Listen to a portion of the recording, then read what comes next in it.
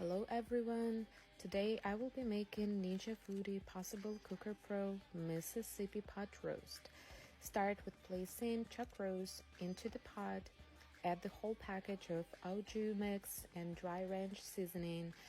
Right on top, add pepperoncinis. You can add as much as you want. I added 6.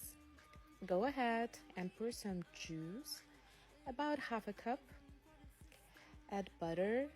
I used a half of the stick, but you can use more if you would like to.